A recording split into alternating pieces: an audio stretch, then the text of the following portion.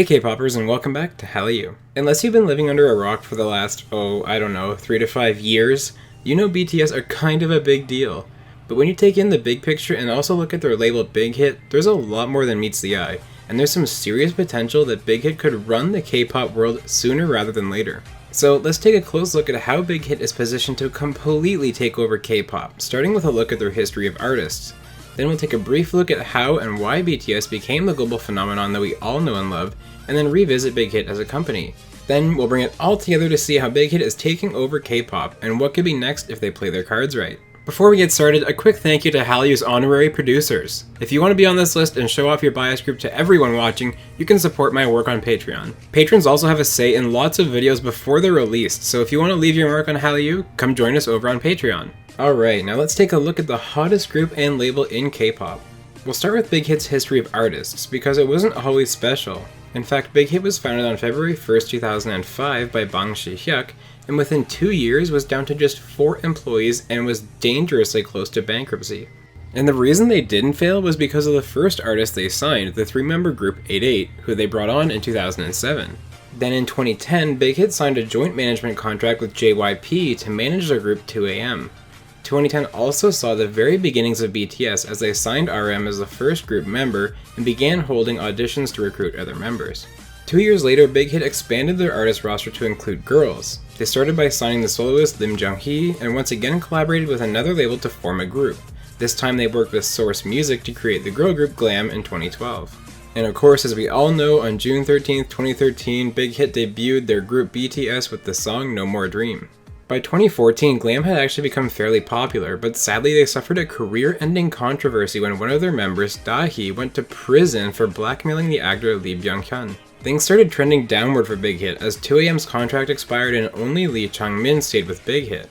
He would go on to produce music as a soloist and as part of the duo Ohm though. Big Hit's original artist 88 disbanded as well, with only Lee Hyun remaining at the label. In May 2015, Lim Jung-hee also left the label after her contract expired, meaning Big Hit was down to BTS, Ohm, and a couple of soloists in their entire label.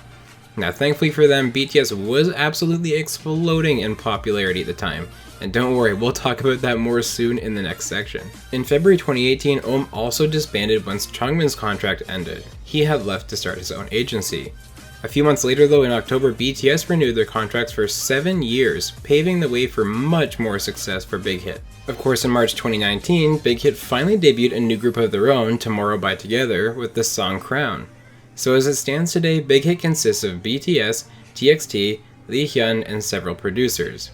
So how exactly are they taking over the K-pop world? Don't worry, we're getting there soon. But first, let's talk about BTS. Now, I'm not going to go into crazy detail about every release or sales, charts, trophies, or other accolades. That could be a deep dive all on its own, but what I want to focus on is what makes BTS so special and so different from other artists, and how it led to such a passionate, engaged, and loyal fan base. Instead of looking at what they've accomplished, I want to look at why they were able to accomplish it. One of the big reasons why BTS has done so well is that they have creative freedom. They co-write and co-produce their own music. A lack of authenticity is something a lot of artists in K-pop get accused of, but BTS have a huge influence on their own music. We can really see this with the individual work of the members, perhaps most notably with Suga's mixtapes. That authentic creative process shines through in all of their music, and it definitely sets BTS apart in the realm of K-pop artists. There's also a lot of thought and effort put into their music videos and other content. There are many BTS MVs that have deeper references. Now whether that's a reference to a literary work, a psychological concept, or even BTS's own works, it all adds an extra layer of meaning. And what this does too is it allows for interpretation of their art on a personal level, like fan theories about hidden messages in their videos and lyrics. Not only is this fun for fans to dig into, but it's great for BTS and Big Hit. It means that fans are more engaged, attentive, and connected to their music and videos. Another major piece of BTS's musical success is how they use their form to make social commentary. There are countless examples of this, and they particularly focus on mental health, loss, being your own individual, and of course the journey to accepting and loving yourself for who you are. These are themes that obviously resonate deeply with people, and I see a clear parallel here to how Taylor Swift's songwriting and genuine specific lyrics resonated with so many people and helped her achieve her own superstardom. Again, this level of emotional connection to the songs also helps BTS reach their fans on a personal level and of course enjoy a dedicated fan base. Then of course there's Bangtan TV. When they started, BTS were one of the first groups to regularly produce extra content on multiple platforms. Bangtan bombs, song covers, behind the scenes footage, and lots of other high quality content really let the BTS army feel even more connected to their favorite idols than other groups, which of course meant even more fan engagement. And last but not least, BTS are one of the most generous and philanthropic artists in K-pop. Obviously this year they've donated millions of dollars to support equality, as well as those affected by the global economic shutdown. But even before this, BTS were making a big difference, including their anti-violence campaign in partnership with UNICEF. Seeing BTS be great human beings is the cherry on top for fans, and it earns their support ever more. Alright, now let's switch gears a little bit and take a look at how Big Hit has run their company in recent years. After all, this is a deep dive about BTS and Big Hit taking over K-pop. As we talked about in the first section, Big Hit's artist roster even today is not big. 2 groups and a single soloist. So are they really that big of a company? Yes. One of the reasons for this is because of their innovative approach to joint ventures, just like their 2010 and 2012 collaborations which formed 2AM and Glam. And they also believe in their unique philosophy as a company. In fact, in 2015, the Signal Entertainment Group acquired Big Hit through a 6 billion won convertible bond, which is essentially a loan that can be converted into ownership of the company. Signal Entertainment specialized in artist management and TV production, but Big Hit ended the stake by paying back the 6 billion won bond in full in early 2017. Then, in August of 2018, Big Hit and CJ announced plans to create a joint company called Belift. This company would be 52% owned by CJ and 48% owned by Big Hit. With this joint company, the 2 labels plan on debuting a group this year in 2020, but as of right now, there are no further details. Because of their willingness to work with other companies to expand, as well as BTS's monster success, Big Hit was actually voted the best investment company at the 2018 Korea VC Awards. And they did something else very smart too. They appointed Lim So-yoon as a co-CEO who is focused on the business side of things. This lets the original CEO, Bang Si-hyuk, continue focusing on the creative production. So what did this all lead to? Well, in July of 2019, Big Hit acquired Source Music, the label behind superstar girl group G-Friend. And then 1 month later, they also acquired the video game firm Superb. Big Hit also has a subsidiary BNX, which created the apps Weverse and Weverse Shop. These are platforms which enable fans to be more involved with idols and groups. All of this culminated in Big Hit being named the 4th most innovative company in the world this year by Fast Company. Obviously, BTS are a global phenomenon unlike anything K-pop has ever seen. They recently hit number 1 on Billboard's Hot 100, they've sold out global tours, and accomplished 1,000 other unbelievable feats. In fact, BTS accounts for about 0.3% of South Korea's entire GDP.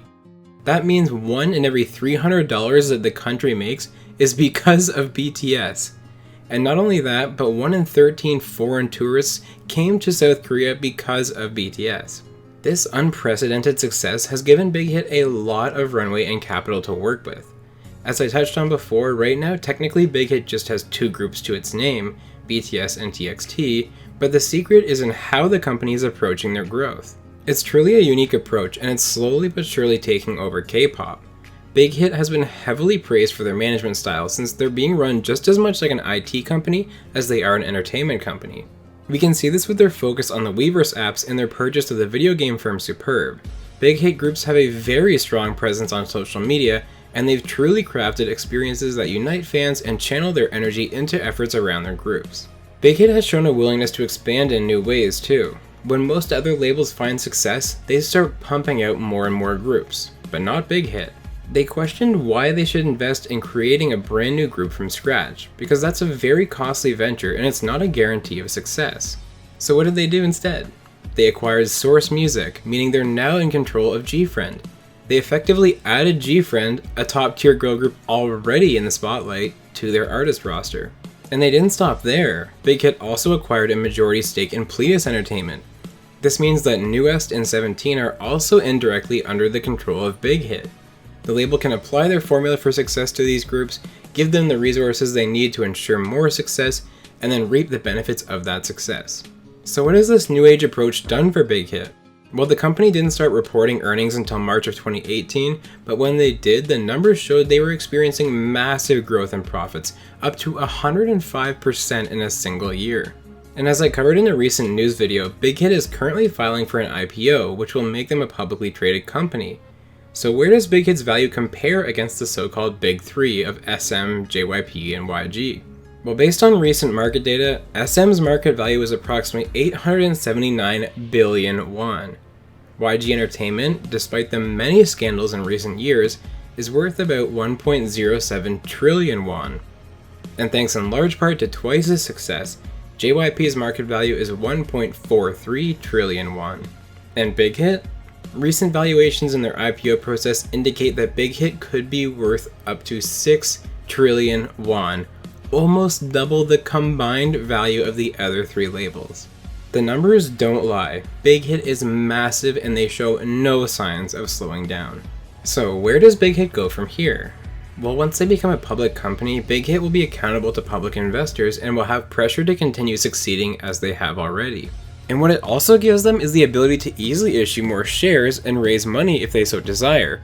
This could play right into their hands if they want to continue their aggressive expansion. Let's roll with this idea for a second and imagine where this could actually take them. Let's say BTS and TXT continue their stellar success and Big Hit's stock keeps going up.